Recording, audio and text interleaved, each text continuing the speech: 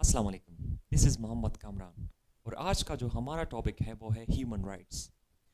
Human rights کو سمجھنا انتہائی ضروری ہے. وجہ یہ ہے کہ جو لوگ موسٹلی سوشل سائنسز میں بی ایس کرتے ہیں، سوشل سائنسز آئی مین کہ اکنامکس، پولیٹیکل سائنس یا سائیکالوجی، سوشولوجی، ٹھیک ہے، تو ان کے لیے اسپیشلی یہ سمجھنا بہت زیادہ ضروری ہے کیونکہ اس کو ہم as a course B S میں پڑھتے ہیں.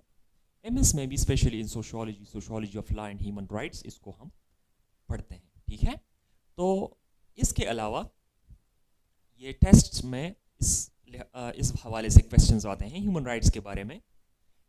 اسی طرح انٹرویوز میں بھی بہت سارے کویشچنز ہوتے ہیں ہیومن رائٹس کے حوالے سے، تو آپ لوگوں کو اس کے امپورٹنس کے بارے میں پتہ ہوگا. تو چلے آئیے دیکھتے ہیں ہیومن رائٹس کو کہ ہیومن رائٹس کیا ہوتے ہیں. ہیومن رائٹس وہ بنیادی انسانی حقوق ہوتے ہیں جو کسی بھی فرد سے بلانگ کرتے ہیں، ان کے پیدائش سے لے کر ان کی موت تک، ان کی وفات تک. ٹھیک ہے، ہیومن رائٹس وہ بنیادی انسانی حقوق ہوتے ہیں جو کسی بھی فرد سے تعلق رکھتے ہیں، جو کسی بھی فرد سے بلانگ کرتے ہیں، ان کی پیدائش سے لے کر ان کے وفات تک. بات سمجھ رہے ہیں نا؟ اچھا، ہیومن رائٹس جو ہے وہ کسی سے چھینے نہیں جا سکتے، لیکن اس کو ریسٹرکٹ کیا جا سکتا ہے. کیسے؟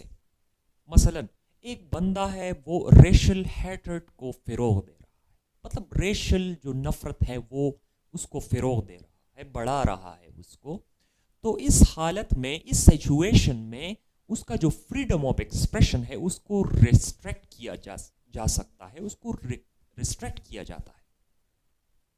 ٹھیک ہے، تو مثلا جو کرائم کے روکتھام کے لیے، ٹھیک ہے، تو کرمنل ایکٹس کو روکنے کے لیے جو ہے وہ پھر یہ رائٹس جو ہے اس کو ریسٹرکٹ کیا جا سکتا ہے تاکہ یہ کرائمز رک جائیں.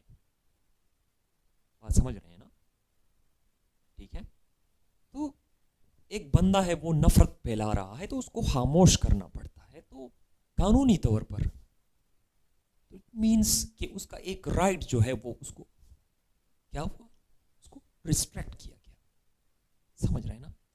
اچھا، بیسک ہیومن رائٹس جو ہیں وہ کچھ یہ ہیں، مثلا right to dignity, right to life, fairness, equality, respect, independence. ٹھیک ہے، اچھا، یہی کچھ تھے جو بیسک ہیومن رائٹس ہوتے ہیں. ٹھیک ہے، اب تھوڑا سا دیکھتے ہیں ہسٹری آف ہیومن رائٹس کے بارے میں. ٹھیک ہے، اچھا، یونانی تہذیب نے لوگوں کو کچھ حقوق جو ہے دیے تھے. یونانی تہذیب میں لوگوں کو کچھ حقوق حاصل تھے. اسی طرح 1539 بی سی میں سائرس اعظم جو ایران کا بادشاہ تھا، سائرس اعظم کا نام آتا ہے جس نے بیبیلون کو فتح کیا تھا. بابل جو ہے اس کو فتح کیا تھا. ٹھیک ہے، اس کو فتح کرنے کے بعد انہوں نے عوام کو کچھ آزادی وغیرہ کے حقوق دیے تھے. ٹھیک ہے، اس کے بعد 1215 میں برٹش حکمران کنگ جان نے ایک چارٹر انٹروڈیوس کیا جو میگنا کارٹا کے نام سے جانا جاتا ہے. میگنا کارٹا، ٹھیک ہے، اس میں کچھ حقوق متعارف کروائے گئے تھے. ٹھیک ہے، لیکن یہ حقوق ناکافی اور غیر متعین تھے. صحیح ہے نا؟ پھر اس کے بعد یورپ میں یعنی فرانس اور روم میں بھی ریولوشنز ہوئے. ٹھیک ہے، 1789 میں یو ایس میں بل آف رائٹس جو ہے وہ پاس کیا گیا. WW2 ورلڈ وار 2 کا نام تو آپ لوگوں نے سنا ہوگا. ورلڈ وار 2 میں جب 90 ملین لوگ فوت ہوئے تو اس نے پوری انسانیت کو جھنجھوڑ کے رکھ دیا اور پھر اقوام متحدہ جو ہے اس کو عمل میں لایا گیا، اس کا قیام ہوا. ٹھیک ہے، تو 1948 میں یو این نے پہلی دفعہ انسانی حقوق کا اعلان کیا جس کو ہم بولتے ہیں